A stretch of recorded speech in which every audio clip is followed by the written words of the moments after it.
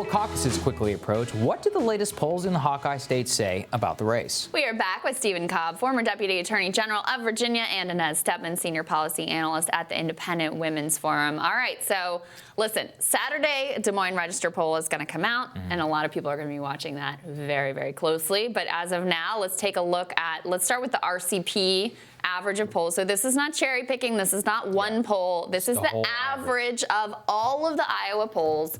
Has Sanders up by about 3 points. Then comes Biden, then Pete, then Warren. But critically, Warren hovering right around that 15% line. And then Amy Klobuchar has really come up in the polls in the last week or so as well.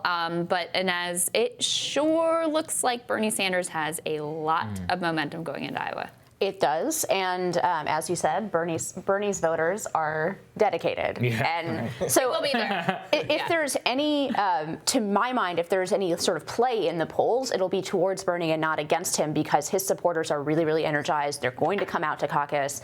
Joe Biden's biggest problem is nobody's really excited about Joe Biden, and not to mention all of the news this week has been about Hunter and the impeachment. That doesn't help him either.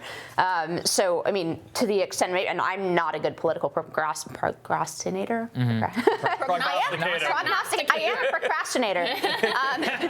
But no. But I don't work on campaigns. I'm a policy person. But to the extent that the energy and the mood behind these campaigns matters, especially in something like a caucus where people have to come out, they don't just like check a box. They got to spend some time and part of their day doing this. I got to think that benefits Bernie Sanders and people like Yang, who has. I mean, he has a ton of people in Iowa who are, out there. They're working hard on the ground. Like I can tell you, the crowds for him have been really strong. I mean, everybody except Biden are drawing good crowds right now. And Stephen, I mean, that is the question. Like, should we read as much into the crowd numbers as we are, or do you think Biden is in this strong of a position? Because the polling still shows him right behind Bernie, right in position to get second place here. It's always a chance that the polling's off, but he's remained pretty steady in the polls over the last couple months, continuing to grow as the numbers continue to consolidate. But everyone's is throwing their best foot forward here in these last few days. I read one article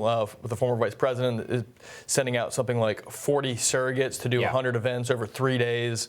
We were talking earlier, Andrew Yang's folks is sending out all the comedians to do events. And he's on a bus tour. On his behalf. I think everyone recognizes the importance of Iowa, and everyone is doing their best to bring that energy and consolidate their voters to make sure they show up. Well, no one can fire up a crowd like John Kerry. No, that's true.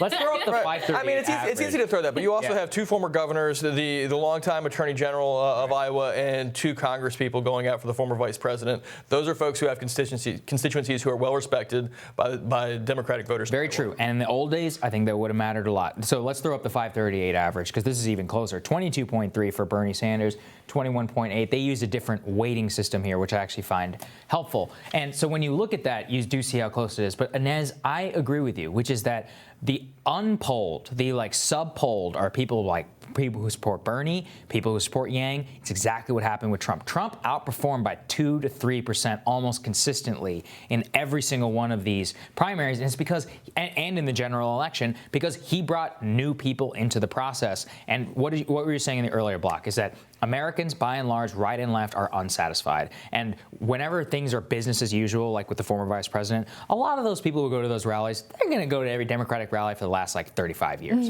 But the ones who are going to Bernie rallies or the ones who are going to a Yang rally, those are not necessarily people who exist in the political process before.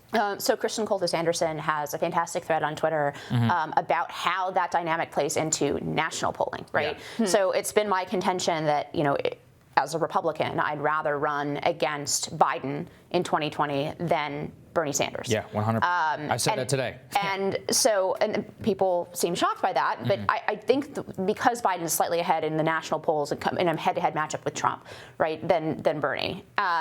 But those polls, again, the whole question is what the electorate will be. Yes. And whether this is going to be a turnout election or it's going to be a 50% plus one Karl Rove traditional election. past the post. And I tend to think it's going to be the former, which means there are a lot of people in the electorate that are not being captured quite well yet by the polling system. We definitely saw that in 2016 to the extent that we see it in 2020. So, I mean, look, what the electorate composition is the biggest wild card, and that's why, to the extent that these polls are showing Bernie up, I would expect that he's further up than that, because not because it's biased or whatever, but it's hard to count people who haven't. Right. Don't vote. Right. Yeah, if they haven't come out in the past, to that extent, I feel like it's probably undercounting the sort of anti-establishment coalition and overcounting the traditional one. He outperformed his polling in Iowa by about 4 points last time around. And so I think it's reasonable to think, and he consistently does outperform his polls, so I think it's reasonable to think wherever he is, he will probably get a few points more than that. Right. At the same time, Stephen, we don't have a graphic made for this because it just came out. There's a new California poll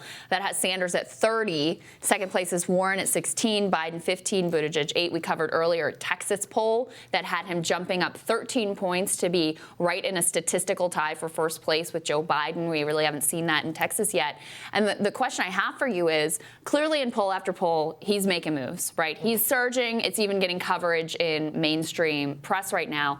How much does that momentum matter, and how much does the narrative of momentum matter as you come? Momentum is huge, particularly for Super Tuesday. Yeah. With a number of states and the expense of the media markets that are in them, in California and Texas, you're going to play through 6 states through the South. Mm-hmm. I don't think any campaign is going to have the sufficient funds to go up and saturate the TV across all the states. So either you're picking and choosing, or you're going for that earned media that's hopefully talking about your momentum.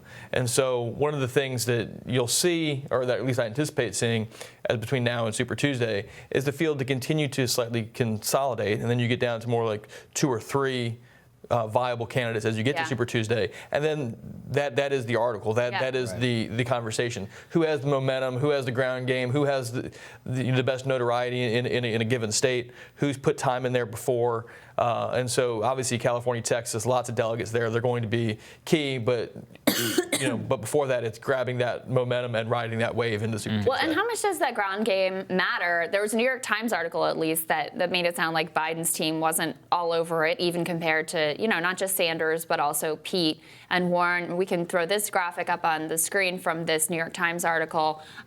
They followed a guy who was door knocking. He's a big Biden supporter, and he was the one who was telling them basically, like, they don't really have it all together here or locked down the way they should.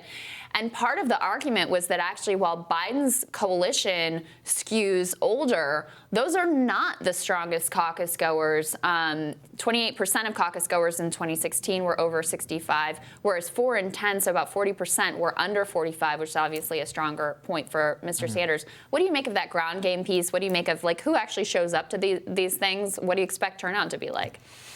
I mean, I think it's anyone's guess what turnout's going to be. As you were talking about earlier, how much are you expanding the caucus goers from prior years?